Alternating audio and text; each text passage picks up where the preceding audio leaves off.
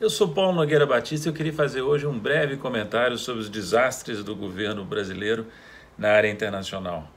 Bem, o governo é um desastre em praticamente todas as áreas e a política externa não é uma exceção. Isso ficou claro desde o início do governo, a começar pela nomeação de Ernesto Araújo como chanceler.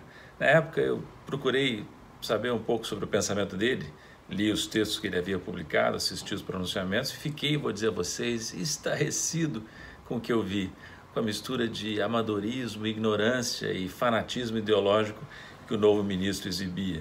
E a partir daí foram se sucedendo os erros na política externa. Primeiro, por exemplo, a hostilidade em relação à China. Hostilidade incompreensível, porque o Brasil não tem grandes conflitos ou divergências com a China, ao contrário. É a nossa principal parceira comercial desde 2009, um dos grandes investidores do país.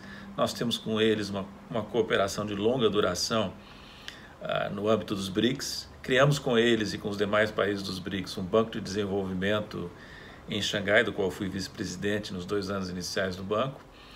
E, portanto, brigar com a China, comprar briga com a China não faz sentido. Mas, na realidade, essa hostilidade em relação à China era outra face de um problema maior, que foi a decisão totalmente inadequada de alinhar o Brasil aos Estados Unidos, tomada desde o início do governo.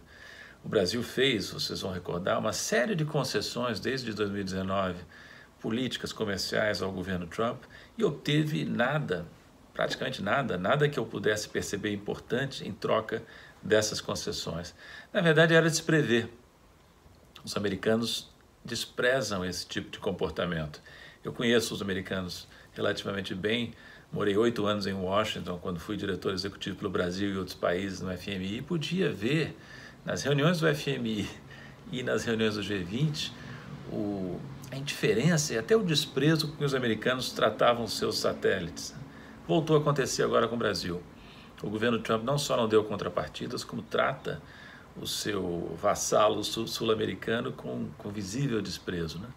Esses problemas todos com China, com os Estados Unidos, foram se agravando quando o Brasil também resolveu hostilizar o consenso internacional de maneira tosca, de maneira primitiva, em uma área crucial como o meio ambiente. Escolheu um ministro despreparado, que agrediu as noções mais básicas do que é a política ambiental, desmontou as estruturas de controle, em parte, e foi colhendo no exterior uma resistência crescente ao Brasil também na área ambiental. Em 2020, com a pandemia, o quadro piorou ainda mais, o isolamento do Brasil se agravou. O governo brasileiro não tem planos, não mostrou que tem capacidade de coordenar uma luta contra a pandemia, ao contrário, sabota. As declarações exóticas do presidente brasileiro foram vistas com um profundo sentimento de desprezo no mundo inteiro. Isso culminou na transformação do país num dos epicentros da crise, com o crescimento do número de casos, de mortes, e ainda com a tentativa absurda de ocultar dados. Hoje o Brasil e os brasileiros são tratados como párias no mundo.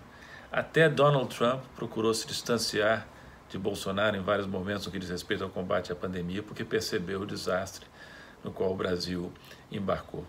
Tudo isso é uma grande lástima. O Brasil teve normalmente uma política externa razoável, até boa, às vezes até muito boa, no passado não muito remoto. Tem um serviço diplomático excelente, melhor que o de muitos países do mundo, até de países desenvolvidos, e a imagem do país no mundo está sendo arrastada na lama. Volto a dizer, o Brasil é um dos grandes países do mundo em termos de extensão territorial, em termos populacionais, em termos econômicos, não pode se comportar como um anão ignorante e ressentido.